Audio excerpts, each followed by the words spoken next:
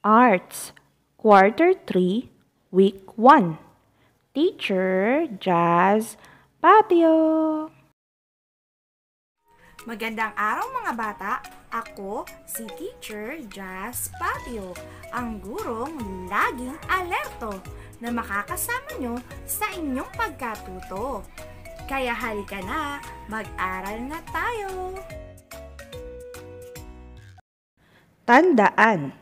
Una, ihanda ang inyong lapis at papel upang makasabay ka sa ating leksyon. Naihanda niyo na ba ang inyong lapis at papel, mga bata? Magaling! Pangalawa, ihanda ang inyong module at buksan ito sa pahina 7. Narito ang inyong Arts module. Ito naman ang pahina 7. Nabuksan niyo na ba ang inyong aklat, mga bata? Mahusay! Pangatlo, gamitin ang mata at tenga upang maunawaan ang ating leksyon sa araw na ito.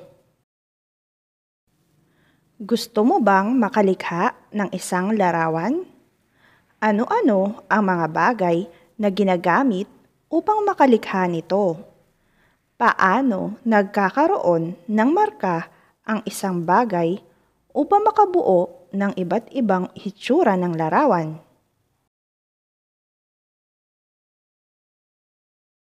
Sa araling ito, matutukoy mo ang pagkakaiba ng imprenta o larawang itinatak sa larawang iginuhit o ipininta. Malalaman mo rin ang iba't ibang paraan ng paglikha ng larawan at pati na ang mga kasangkapang ginagamit dito. Masdan ang mga larawan sa ibaba. Alin kaya rito ang larawang iginuhit ng kamay? Alin naman ang larawang gawa ng ibang bagay? May iba't ibang paraan ng paglikha ng isang larawan. Maaari kang gumuhit gamit ang lapis at papel upang bumuo ng iba't ibang hugis. Ang lapis ay nagiiwan ng marka sa papel upang maiguhit ang nais mong larawan. Maaari mo rin itong kulayan gamit ang pangkulay tulad ng pintura. Ang tawag dito ay pagpipinta. Mayroon ding mga larawang nalilikha gamit ang iba't ibang bagay tulad ng kahoy, goma, prutas, o maging ang iyong mga daliri. Lalagyan ito ng tinta o pangkulay at ilalapat sa papel, tela, o pader upang mag-iwan ng kulay o marka. Ang tawag rito ay pagtatatak. Upang makalikha ng isang larawan, ang isang bagay ay kinakailangang mag-iwan ng nakikita at nagtatagal na marka sa isang bagay. Ito ay tinatawag na imprenta, na ang isang larawan o marka ay itinatatak ng isang bagay na may pangkulay sa isang malinis o patag na bagay. Narito ang isang halimbawa ng paggawa ng imprenta. Mga kailangan: kalahating baso ng tubig, papel, isang kutsara ng lupa o kape, pambura ng lapis. Mga hakbang: una, paghaluin ang tubig at lupa o kape sa baso.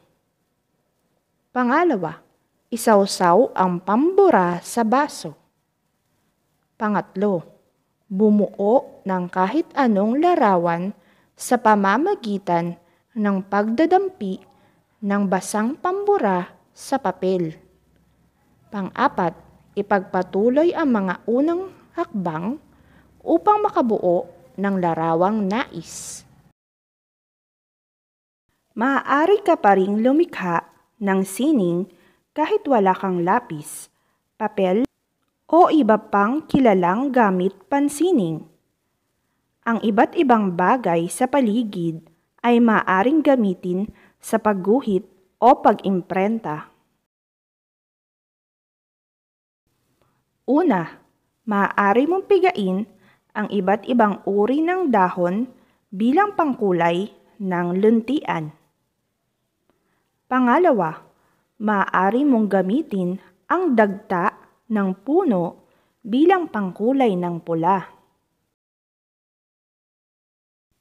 Pangatlo, ang katas ng iba't ibang prutas ay nakapagdudulot ng iba pang mga kulay.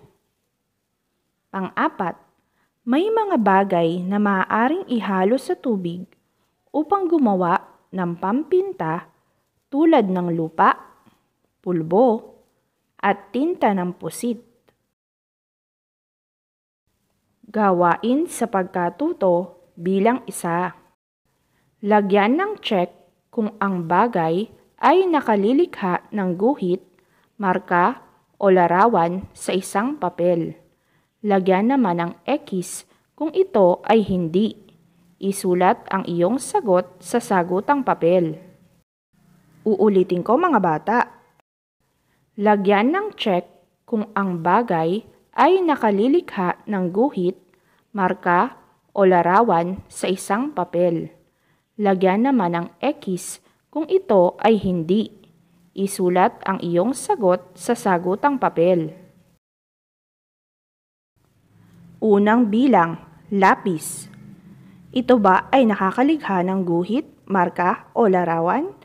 Check o X. Uulitin ko mga bata. Unang bilang, lapis. Ito ba ay nakakalikha ng guhit, marka o larawan? Check o X. Pangalawang bilang, kahon. Ito ba ay nakakalikha ng guhit, marka o larawan? Check o X. Uulitin ko mga bata. Pangalawang bilang, kahon. Ito ba ay nakakalikha ng guhit, marka o larawan? Check o X. Pangatlong bilang, tela. Ito ba ay nakakalikha ng guhit, marka o larawan? Check o X. Uulitin ko mga bata. Pangatlong bilang, tela. Ito ba ay nakakalikha ng guhit, marka o larawan? Check o X. Pang-apat na bilang, pintura. Ito ba ay nakakalikha ng guhit, marka o larawan? Check o X. Uulitin ko mga bata. Pang-apat na bilang, pintura. Ito ba ay nakakalikha ng guhit, marka o larawan? Check o X. Panlimang bilang, Crayola. Ito ba ay nakakalikha ng guhit, marka o larawan? Check o X. Uulitin ko mga bata. Panlimang bilang, Crayola. Ito ba ay nakakalikha ng guhit, marka o larawan? Check o X. Pang-anim na bilang, hangin. Ito ba ay nakakalikha ng guhit, marka o larawan? Check o X. Uulitin ko mga bata. Pang-anim na bilang, hangin. Ito ba ay nakakalikha ng guhit, marka o larawan? Check o X. Gawain sa pagkatuto bilang 2. Basahin ang sumusunod na mga paraan sa paglikha ng marka. Isulat ang letrang I kung ito ay halimbawa ng imprenta. Isulat naman ang letrang G kung ito ay halimbawa ng pagguhit. Gawin ito sa iyong sagutang papel. Uulitin ko mga bata. Basahin ang sumusunod na mga paraan sa paglikha ng marka. Isulat ang letrang I kung ito ay halimbawa ng imprenta. Isulat naman ang letrang G kung ito ay halimbawa ng pagguhit. Gawin ito sa iyong sagutang papel. Unang bilang, paglikha ng isang larawan gamit ang lapis. I o G. Uulitin ko mga bata. Unang bilang, paglikha ng isang larawan gamit ang lapis. I o G. Pangalawang bilang, pagdampi ng kahoy na may dagta sa papel. I o G. Uulitin ko mga bata. Pangalawang bilang, pagdampi ng kahoy na may dagta sa papel. I o G. Pangatlong bilang, paggamit ng ballpen upang lumikha na marka sa tela. I o G. Uulitin ko mga bata. Pangatlong bilang, paggamit ng ballpen upang lumikha na marka sa tela. I o G. Pang-apat na bilang, pagsawsaw ng daliri sa tinta at paglapat nito sa dingding. I o G. Uulitin ko mga bata. Pang-apat na bilang, pagsawsaw ng daliri sa tinta at paglapat nito sa dingding. I o G. Gawain sa pagkatuto bilang 3. Iguhit ang larawan sa ibaba gamit ang lapis at papel. Uulitin ko mga bata. Iguhit ang larawan sa ibaba gamit ang lapis at papel. Narito ang rubric bilang gabay sa mas mahusay na gawa. Malinis ang pagkakaguhit sa papel. 5 puntos. Magkatulad ang iginuhit sa larawan sa itaas. 5 puntos. Kabuuan. 10 puntos. Gawain sa pagkatuto bilang 4. Pagsunod-sunurin ang mga hakbang sa pag-imprenta. Lagyan ito ng bilang 1 hanggang 4 na ang 1 ang unang hakbang at ang 4 ang huling hakbang. Isulat ang sagot sa sagutang papel. Uulitin ko mga bata. Pagsunod-sunurin ang mga hakbang sa pag-imprenta. Lagyan ito ng bilang 1 hanggang 4 na ang 1 ang unang hakbang at ang 4 ang huling hakbang. Isulat ang sagot sa sagutang papel. Una, ipagpatuloy ang mga hakbang na ito hanggang makabuo ng larawang nais. Pangalawa, bumuo ng kahit anong larawan sa pamamagitan ng pagdadampi ng basang pambura sa papel. Pangatlo, isawsaw ang pambura sa baso. Pang-apat, paghaluin ang tubig at lupa o kape sa baso. Pagsunod-sunurin ito, lagyan ng bilang 1 hanggang 4. Punan ang mga patlang ng wastong salita upang makabuo ng makabuluhang kaisipan tungkol sa aralin. Isulat ang sagot sa malinis na papel. Uulitin ko mga bata.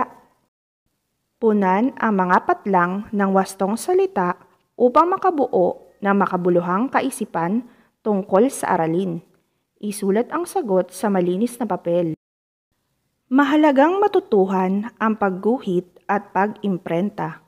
Ito ay dalawang pangunahing paraan upang makalikha ng isang patlang.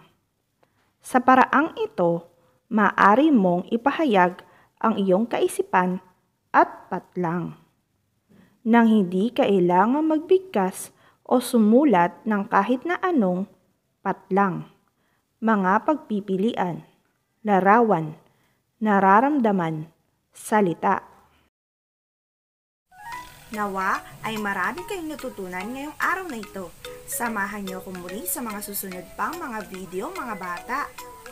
Muli, ako si Teacher Jazz Patio, ang gurong laging alerto na nakasama niyo sa inyong pagkatuto. Hanggang sa muli natin pagkikita, mga bata. Paalam!